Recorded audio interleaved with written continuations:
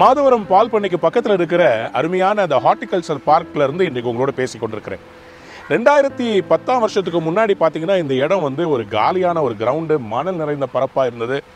எல்லாரும் கிரிக்கெட் ஆடிக்கிட்டு இருப்பாங்க. பனைமரம் மட்டும் இருந்துச்சு நிறையா.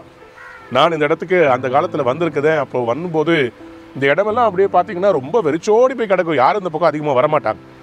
ஆனால் கவர்மெண்ட் என்ன யோசித்தாங்கன்னா, இந்த இடத்துல ஒரு அழகான ஒரு பூங்காவை உருவாக்க வேண்டும் என்று அவர்கள் அதற்காக முயற்சிகளை எடுத்து 2012 வருஷம் இதுக்கு ஒரு ஃபவுண்டேஷன் ஸ்டோனை போட்டு 2013 இங்கே அழகான இந்த பூங்காவை ஏற்படுத்தினார்கள். இது ரொம்ப சந்தோஷமான காரியம் என்னன்னா, எனக்கு பின்னாடி பாருங்க இந்த அழகான இந்த குட்டி லேக் ஒன்று பண்ணியிருக்காங்க பார்த்தீங்களா, பாண்டு.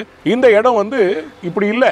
இதற்காக குழி எடுத்து மணல் அடித்து இதை அழகான ஒரு சின்ன ஒரு குழாமாக, படகு குழாமாக ஏற்படுத்தியிருக்கிறாங்க. பரிசல் ஓட்டுறாங்க இதில்.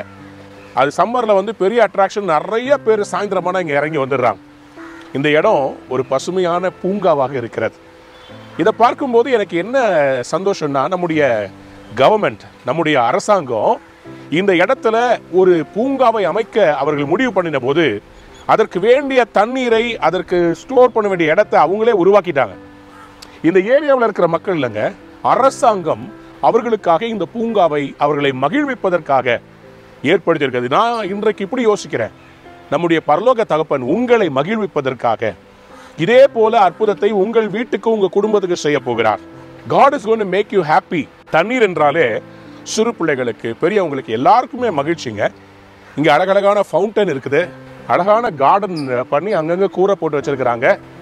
ரொம்ப அருமையான ஒரு சூழல் இருக்கிறது. மன ரம்மியமாக இருக்குது. இந்த இடத்துக்கு வந்தால் நிறைய பேர் வாக்கிங் போகிறாங்க. தரிசா இருந்த இடம் இன்னைக்கு அநேகம் பேருக்கு சந்தோஷத்தை கொண்டு வருது. உங்கள் வாழ்க்கை கூட ஒன்றுமில்லாமல் இருந்திருக்கலாம். ஆனால் இன்னைக்கு கடவுள் அநேகருக்கு ஆசீர்வாதமான வாழ்க்கையை மாற்றப் போகிறார். அதற்கு ஆதாரமாக இன்றைக்கு I want to give you a promise from சங்கீதம் 65 சங்கீதம் 9 தேவரீர் பூமியை விசாரித்து அதற்கு நீர் பாய்ச்சுகிறேன், தண்ணீர் நிறைந்த தேவ நதியினால் அதை மிகவும் செழிப்பாக்குகிறேன். God is going to bring a beautiful rain, a blessed rain in your life. உங்க வாழ்க்கையில கர்த்தர் ஒரு தண்ணீர் தடாகத்தை உருவாக்க போகிறார். உங்க குடும்பத்துக்கு கர்த்தர் ஒரு தண்ணீர் தடாகம் போல ஒரு அற்புதத்தை ஃபினான்ஸ்ல செய்ய போறார். இந்த நாள் அவர் உங்களுக்கு நீர் பாய்ச்ச போகிறார். He is going to bring waters that you will become a beautiful pond. People would love you. யாரெல்லாம் உங்களை வெறுத்தாங்களோ உங்களை தேடி வர போறாங்க. ஆசீர்வாதமா மாற போறாங்க. Have a wonderful day. God bless you. Amen.